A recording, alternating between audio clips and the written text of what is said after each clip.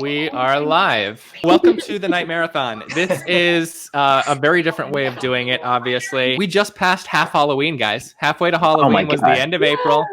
Yay! So congrats. This is the perfect time to be doing a Night Marathon double feature. Travis took me at my word. I said that for this, since we were all isolated, that we were all going to be ordering our own pizza, and he is eating pizza right now. My pizza is due to arrive in about an hour, so... I got mine too. Who's seen these movies before? Has anybody seen both of them? I've seen Let the Right One In. I've not seen Let Me In. I've seen Let the Right One In a few times. I think I haven't seen Let Me In since it was in theaters. I'm terrible with names, and I didn't pre-watch the trailer just to see if I did remember or not. So you might hear me go, "Oh yeah," or yeah. I've seen the first one, and I read the book. I've seen the first one twice, but I've not seen the American remake. It's been sitting in my Netflix queues for like 10 years.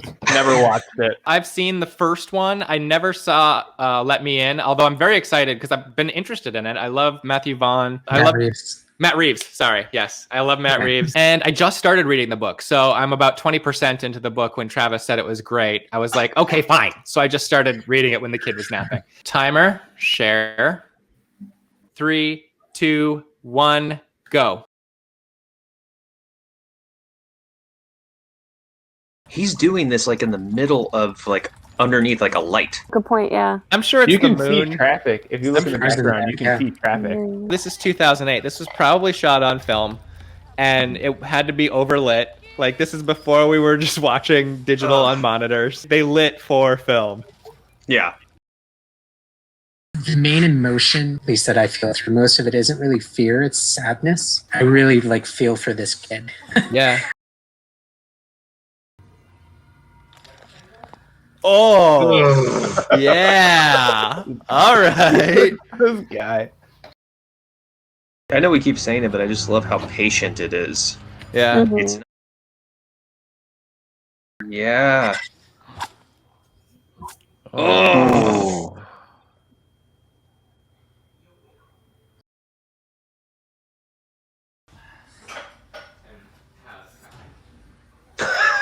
Oh God.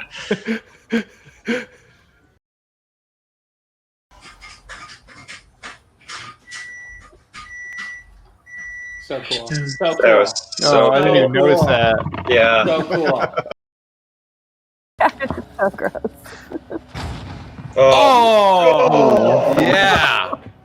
What a landing. Oh. I know, and they're so unassuming in those scarves. Whoa. Oh. Oh. Jake, you are going to call out your favorite shot, right? Oh yeah, no one's gonna miss it. Okay. Oh yeah, yeah. No. Oh yeah, dude.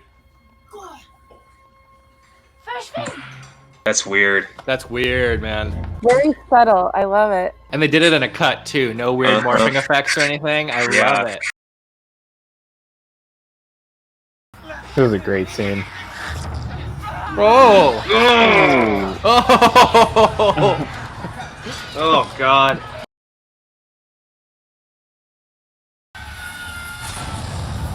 Oh. Wow. Very cool. Oh. Wow. Oh my gosh. Wow.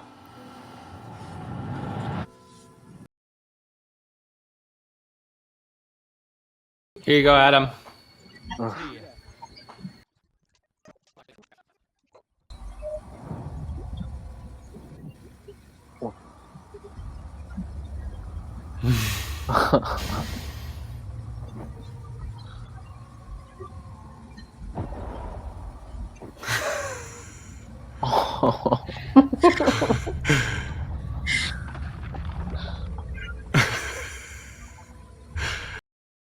Yeah.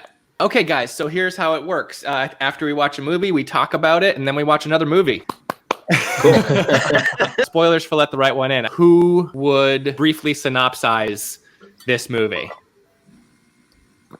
Okay. So, do you think this was the 80s? I felt like it was Oh, 80s. I thought it was 80s. Yeah, nobody had a cell phone. That clothing. So this was like 2008. They made this thing in Sweden. We open, this kid is bullied. He's kind of an awkward dude, doesn't have a lot of self-confidence. He lives in this like closed off like apartment complex. He's practicing whittling except on a whole tree and calling it a pig and telling it to squeal.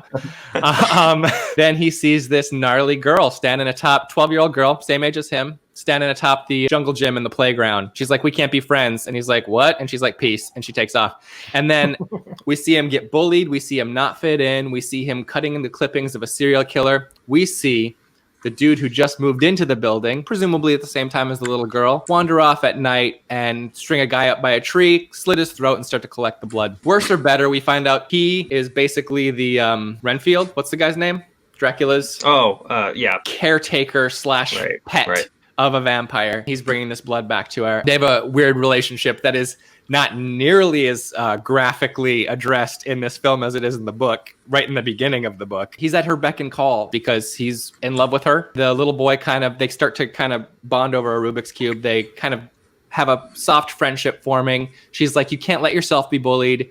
He kind of starts to stand up for himself in very violent means, which was thrilling for me. She can't control her hunger. The dude who's taking care of her messes up, has to kill himself. Essentially, she's on her own. This movie is like slow burn, Swedish slow burn, at the beginning of the slow burn movement of indie horror cinema. It just takes its time. You don't feel like a propulsive energy happening. You just can't look away. Our protagonist discovers finally what she is at the same time as she accidentally creates a vampire lady who then is in the hospital and has to set herself on fire with the sun. It's like a lot of stuff, man. And then they kind of best friends, boyfriend, girlfriend for a second. She says she has to take off because he's there when she has to kill somebody. Then she saves him from the biggest bullying. They run off together on a train. That's it. Let the Right One In, 2008. What did we think? What did we like? It's beautiful. Yeah. Really, really pretty, really still. It's really wide, feels very austere. One thing that struck me that was really interesting was during the Rubik's Cube, I kind of took in the setting, the environment of like the snow and how pale everything was. And it was like the environment mimicked like sort of the vampire culture of it just being like completely isolated, alone. Everything's dead. The effect of blood spreading in snow. Using the imagery to paint a scene most of the time was just completely without any dialogue at all. That's why I thought that was really cool how meditative it was for a vampire movie. It wasn't reliant on jump scares and stuff, but when violence did happen, it was incredibly effective. And they also played most of the violent moments with no score. So like when the score would show up, it was basically to tell you this character's sad, this character's finally feeling a moment of happiness. When her familiar bungles his second kill of the movie, it's just that guy screaming. There's no score, just that guy screaming. You hear people pounding on the door, and it makes it so much more horrible. I remembered the slow pace. I remembered the amazing pool shot at the end. What I didn't remember was how many beats there were of like horror moments. Yeah. Vampire exploded. Fire. Yeah. She went up like that, and it was just like gleaming out against the ceiling. It was so awesome looking. It was really impressive that everything was very purposeful for how slow it was and kind of the pacing and kind of the lack of dialogue. There wasn't anything like kind of superfluous. Yeah, Techie 5, set in 1981, according to Wiki. Yep. Is he your new familiar? Absolutely he is. He's not going to be comfortable in that role. You have that like serial killer side of him where like Yeah, but I think that's what like because we're led to believe early on that serial killer side of him he'll immediately embrace this thing. The idea of like horror movies is fun. To see real life awful things happen to people is unbearable. Like and that was his experience. He sees all those wedding rings that she has collected. He's like, "Oh, where are those from?" And he goes cold on her instantly. Maybe the first guy, maybe he was a kid. He started that process.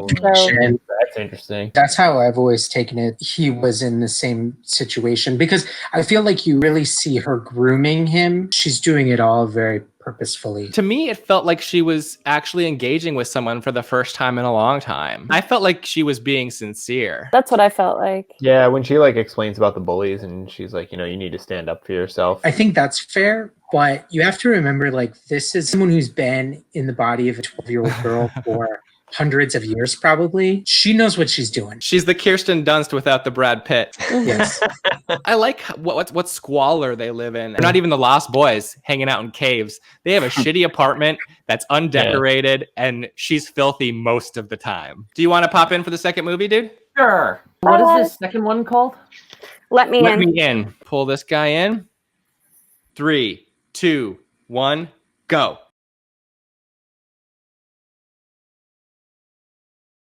Go in the last one. Oh my god! Wow. Wow! Wow. Good job.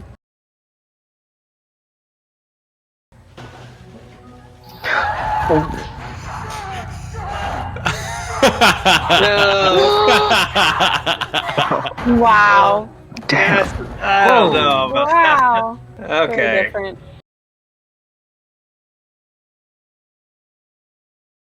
I don't know why, but I find this so fascinating. Yeah. Yeah, this is actually pretty good. Because we haven't been here before tonight. That's Yeah, true. This is crazy. Dude, get out of the car.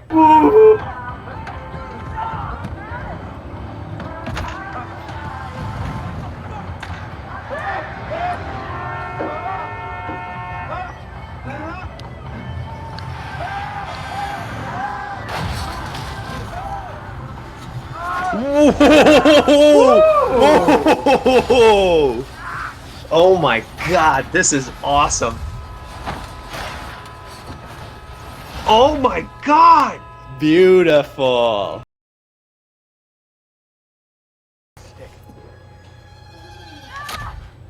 Oh! Yeah. That was a good one.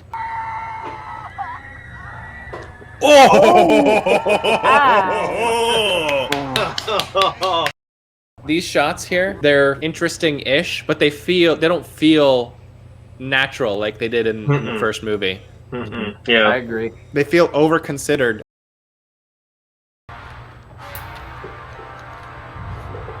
Yeah. She's not a very good climber. No. No. And that just does not look good. No, it doesn't.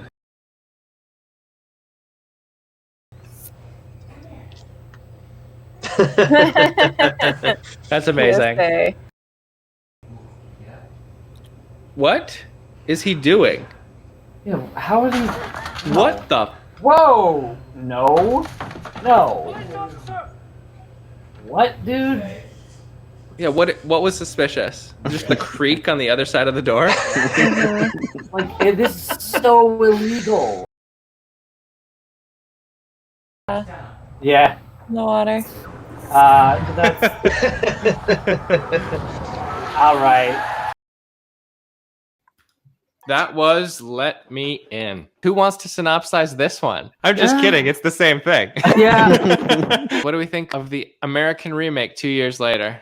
Super American. Yeah. They took whatever was special about the first one and either completely ignored it or they just didn't know how to translate it. Car Runner was really fucking cool. The entire sequence going out to get the second guy and getting in the back seat. We've seen his routine and how his routine gets disrupted, and then how's he going to get out of this? The evolution into that oneer, into the car crash was just it was all so well done. That sequence was incredible. But like every time she killed somebody, she turned into 2001 Spider-Man. When you're trying to sell the idea of what a character can do, if those VFX look bad, this isn't by choice. I am immediately out. You have taken me out of the thing you're trying to sell me on. Yeah. We never for 1 second thought that she was being sincere with him. Nope. They were being much more upfront about the fact that she was playing him from the get-go. She had a plan. I really do think that they missed out on the whole community aspect of the apartment building and the people there and stuff. I felt like that added such a really cool touch to the previous story. Eyes being everywhere with the neighbors and stuff, and then that scene was so much more intense with the neighbor breaking into his other neighbor's place. Yeah.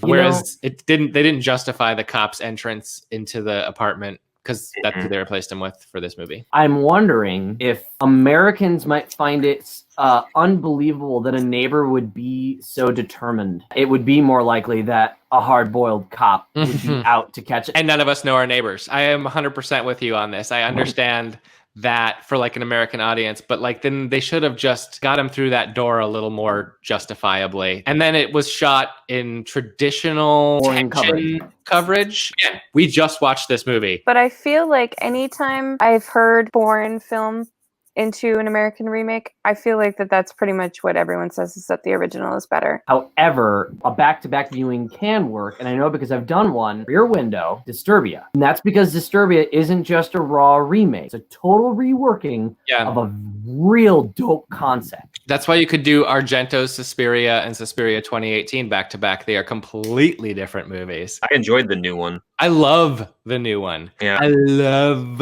the new one. It delivers on the promise of the premise 1,000 times more than Argento's does. Yeah, agreed. That's true. I just hate how it ends. No, I love it. That was trippy. That was so trippy. That movie finally ended the way I wanted The Witch to end. The Vavitch. The Vavitch. Oh, sure. See, but I rewatched The Witch. It's better on a second rewatch. It is so, like, there's a lot more here than I remember. I like this a lot. We kind of dove off into horror movies in general. I loved the first movie in comparison to the second movie, but the second movie was still a good movie. So I did want to point out, somebody said in the chat that I thought this was pretty interesting observation, that they thought that this was slow for a 2000s American horror film, but even though it was considerably more energetic than the original. Now, I understand where those statements are coming from. Energetic, very subjective to me in this case, because the energy of the first one wasn't so much in the cuts or the camera work or any of that, but I felt so much more energy having to experience what was happening because it was so much less clear. The subtleties kept it alive for me in a way that this one did not. The original just, I don't know what it was, but I just could sympathize with those characters so much more, and they just felt a little more human. I just couldn't really sympathize or empathize with a lot of the characters in the remake. Because they also hung on the wrong moments in the second movie. The ways that they interpreted slow burn horror, and this is a problem with a lot of independent horror films as well, is they're, instead of hanging on a moment between two characters where both of their eyes are saying different things and you can kind of pick up on it in the silence, they hang on someone slowly walking through a hallway. Like the hallway beat is to get a character from one place to another and watch them change from who they are in this room to who they are in that room. That's what the hallway beat is for, and it happens like that, not to just have it happen slowly so that this is slow burn horror. I think Matt Reeves fell into the trap of not wanting to imitate too much to the point of falling out of the things that made the first movie special. Because when he branched off and did his own thing, like that car sequence, it was expertly done. Yeah, but a lot of things he did also decide to depart from, I think, didn't work. In any remake, I still come back to the question, beyond the obvious of because it's going to make money, why do it? Leave the art alone. It's not going to happen, though, Sellers. So just live in the world we live in. Yeah, I do. All right. I'm with you, Sellers. I completely agree. If we want to talk about checking out a show that looks at a good community, check out Adam and Travis's show, The Park. It's a web series that just went up. It's super good times. Sellers has Future Tense. Yeah, short film. Check them out. Links are in the description. Anything you want to plug, Jill? No, I'm just fabulous. She's just fabulous. Up on the screen here is previous night marathons. If you want to sit around and watch more movies with us, we might get around to doing this again before the end of Shelter in Place. Everybody wash your hands, stay inside, don't be dicks, and we will see y'all next time.